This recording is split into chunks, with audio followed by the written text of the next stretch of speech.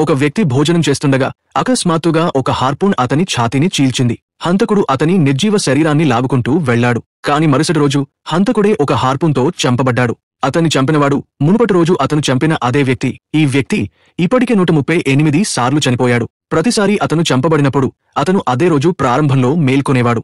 ఈసారి అతను మంచం నుండి లేచిన వెంటనే 40 మీటర్ల పొడవైన బ్లేడ్ అతని వైపు ఆగుతూ వచ్చింది. కాని అతను ఇలాంటి సంఘటనలను చాలా సార్లు ఎదుర్కొన్నాడు కాబట్టే భయపడలేదు. ప్రశాంతంగా తన బట్టలు ధరించి కేవలం ఒక సాధారణ టీషర్ట్తో ఆ దాడిని తిప్పికొట్టాడు. ఆ తర్వాత అతను ఒక కప్పు కాఫీ తయారు చేశాడు.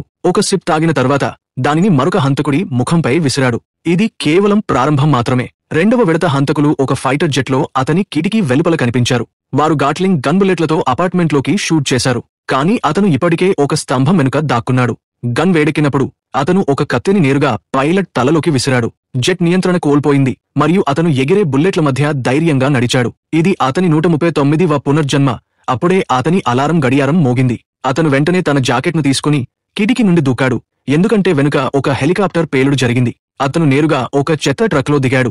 గత 22 ప్రయత్నాల్లో అతను ప్రతిసారీ ట్రక్ను మిస్ అయ్యేవాడు. కాని సురక్షితంగా దిగినప్పటికీ ఎల్లప్పుడూ హంతకులు వేచి ఉండేవారు. 17 సార్లు అతన్ని చంపిన జంట హంతకులు 2 సార్లు అతని పేల్చిన బాంబ్ నిపుణుడు లేదా అతని చిన్నప్పుడు తప్పిపోయిన సోదరుడు అని చెప్పబడినవాడు కూడా 3 సార్లు అతన్ని చంపాడు. కొన్నిసార్లు అతను తిరిగి పోరాడగలిగాడు. కాని చివరికి ఫలితం ఎల్లప్పుడూ ఒకేలా ఉండేది. ముఖ్యంగా బ్లేడ్ గర్ల్తో ఆమె అంత వేగంగా ఉండేది.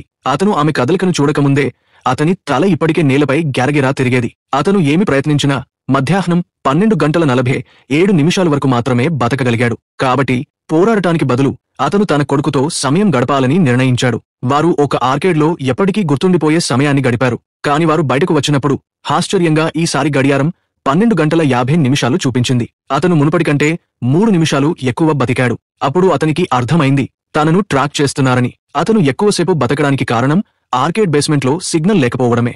ఈ విషయం గ్రహించిన వెంటనే హంతకుడు కనిపించాడు మరియు అతను మళ్లీ బుల్లెట్లతో నిండిపోయాడు. అతని 46వ పునర్జన్మలో అతను నేరుగా ఒక పాత స్నేహితుడి వద్దకు వెళ్లాడు.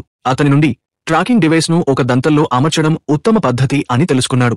అప్పుడు అతనికి గుర్తుకు వచ్చింది, కొన్ని రోజుల క్రితం అతను ఒక దంత ఇంప్లాంట్ చేయించుకున్నాడు. తన స్నేహితుడిని పట్టించుకోకుండా అతను ఒక సాధనాన్ని తీసుకుని తన దంతాన్ని బయటకు తీయడానికి సిద్ధపడ్డాడు, తనను ట్రాక్ చేస్తున్నారా అని చూడటానికి.